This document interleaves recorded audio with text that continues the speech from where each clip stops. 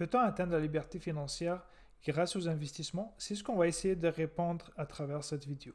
Pour commencer, on va aller regarder les différentes classes sociales euh, parce que chacun de nous se situe dans l'une de ces classes. Ici, ça va être des données au Canada, plus précisément au Québec.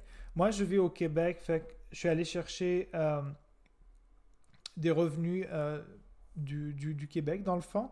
Dans le fond, on voit que la classe la plus démunie va toucher un peu moins de 25 000 dollars jusqu'au plus aisé 125 000 dollars. Ce qui va être intéressant ici, c'est d'aller voir le taux d'épargne des Québécois, dans le fond, des ménages, après avoir fait l'épicerie, après avoir payé le loyer et toutes les autres charges. Donc, j'ai été quand même surpris du chiffre. Ici, on voit qu'en 2023, le taux d'épargne était plus que 10%, ce qui est vraiment excellent comparativement au reste du Canada qui était autour de 5%. C'est vraiment le double. Ici, on a une image un peu plus globale de 2020 jusqu'à 2022. On voit qu'au Canada, c'est 14, 10 et 5. Et au Québec, ça va être 18, 14 et 26. Il ne faut pas se fier à l'année 2020. Ici, on a reçu quand même beaucoup d'aide du gouvernement durant la pandémie. Mais en gros, on voit que les Québécois, ils économisent quand même beaucoup plus que le reste du Canada, à part le Yukon. Mais sinon, c'est autour des 10-12%. Ce qu'on va faire avec ces données-là, on va aller,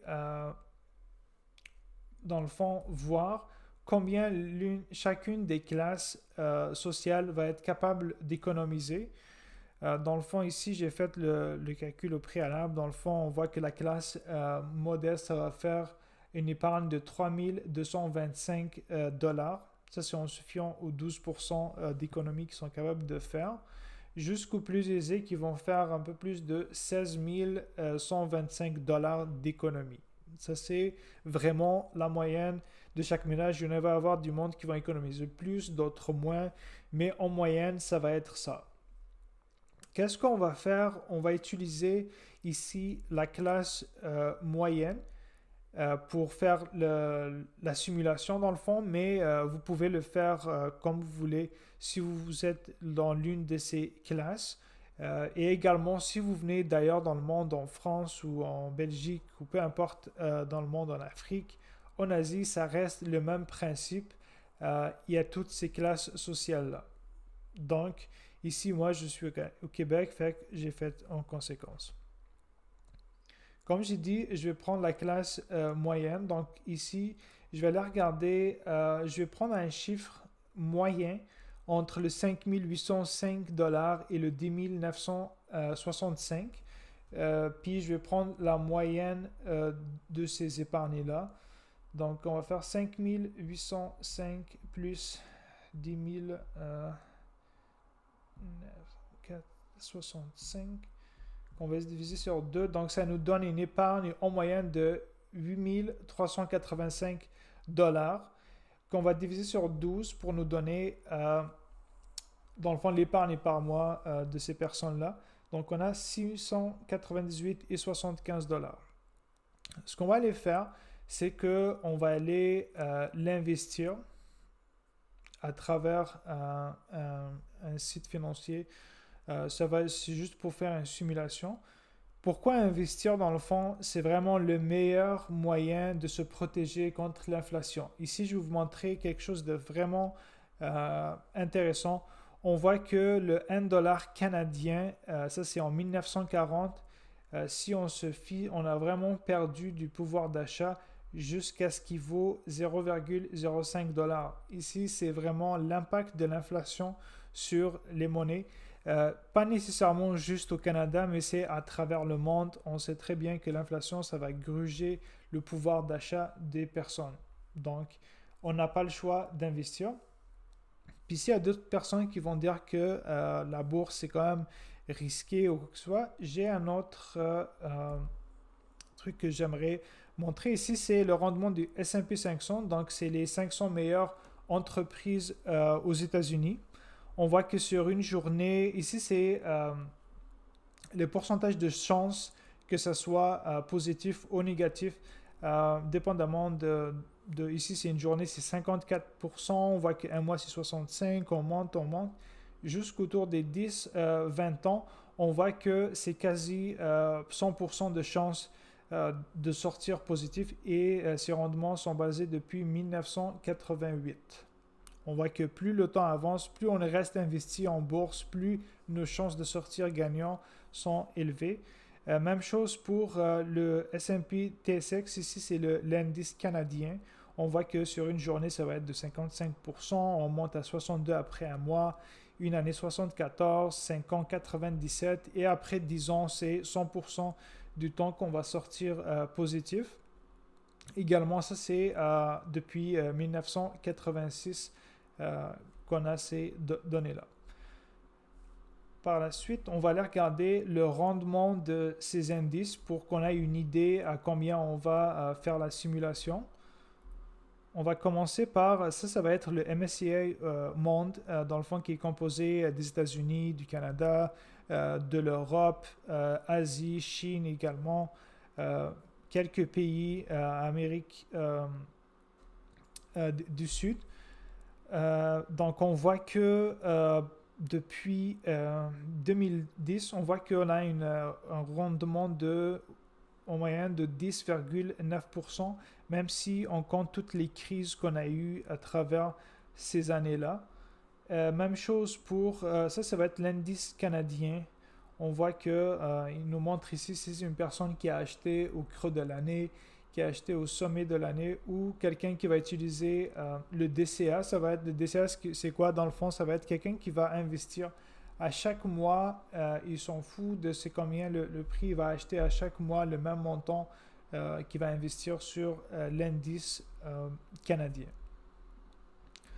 Donc on va voir le S&P 500, c'est quand même l'un des plus connus et les plus performants à travers le monde. On voit que depuis 1930, il fait un retour en moyenne de 11% chaque année, ce qui est vraiment excellent. Donc, en ayant en compte ces données-là, on va essayer de faire une simulation. Donc, on va aller sur un site financier. Vous pouvez prendre n'importe lequel. Je pourrais vous mettre ça en description pour que vous ayez faire vos propres simulations.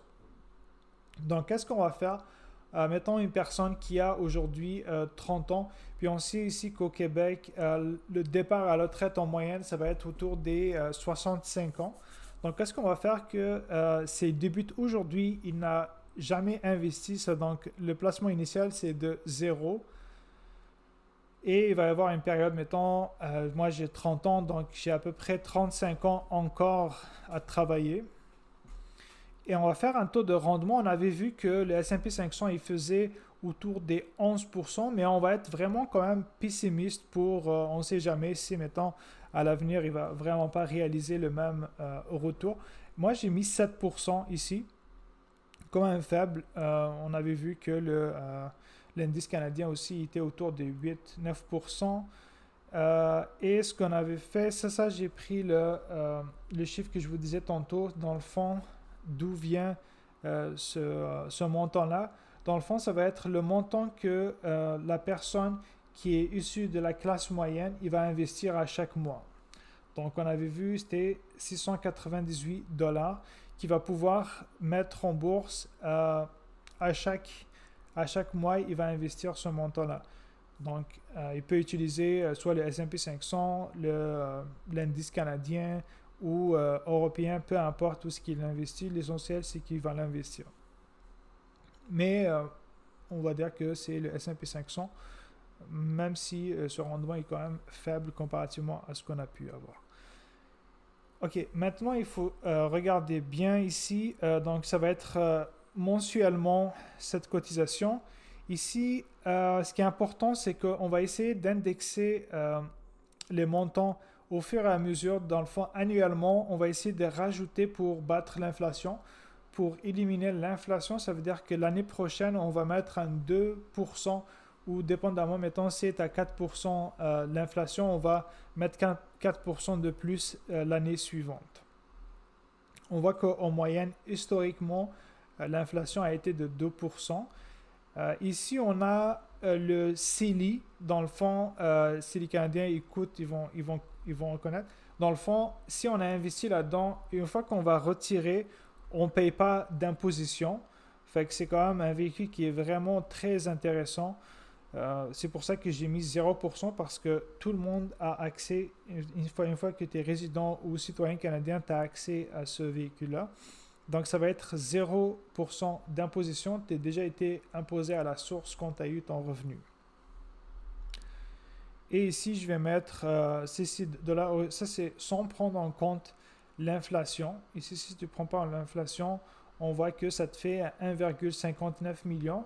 Mais l'inflation existe bel et bien, donc ça va nous faire à peu près un retour de 794 000 $. Ça, dans le fond, c'est à peu près combien ça va valoir l'argent à ce moment-là. C'est comme si on avait 794 000 $ aujourd'hui. Donc, une fois que vous avez complété ça, vous pouvez aller jouer ici, dépendamment de combien vous voulez, combien de temps vous voulez investir. Mettons, si c'est quelqu'un qui veut partir plus tôt à la retraite, ben, il va utiliser une période d'année quand même beaucoup plus courte. Et si c'est quelqu'un qui utilise le stock picking, dans le fond, il va choisir lui-même ses propres actions qu'il va viser. Comme moi, par exemple, j'essaye d'avoir mettons un retour annuel autour des 13%. Parce que sinon, je vais juste investir dans la S&P 500 puis je ne me casse pas la tête. Si c'est moins que ça ne vaut pas la peine d'aller faire du stock picking. C'est pour ça que moi, je pourrais mettre un taux de rendement plus élevé parce que je fais du stock picking. Ici, j'ai fait pour quelqu'un qui va investir sur les indices, qui ne va pas se casser la tête, il ne va pas aller comprendre les rapports financiers, les rapports annuels et tout. Donc, c'est pour ça que j'ai mis le 7%. Excellent. Mais ici, ce que je voulais revenir sur ça, dans le fond, sur votre compte, à ce moment-là, ça va apparaître 1,59 million de $. Mais ce que ça va valoir réellement, ton pouvoir d'achat, ça va être de 794 millions. Vous voyez, l'inflation, c'est vraiment quelque chose qui est réel, puis ça gruge de notre argent. C'est pour ça qu'il faut toujours l'inclure. Mais ici, important, ça va être de 1,59 million de $ que vous allez avoir sur votre compte. C'est juste le pouvoir d'achat qui va être de 700 000 $. Donc, ça va être tout pour cette vidéo. Si vous avez aimé, je vous invite à liker puis à vous abonner. Puis on se retrouve pour une prochaine vidéo.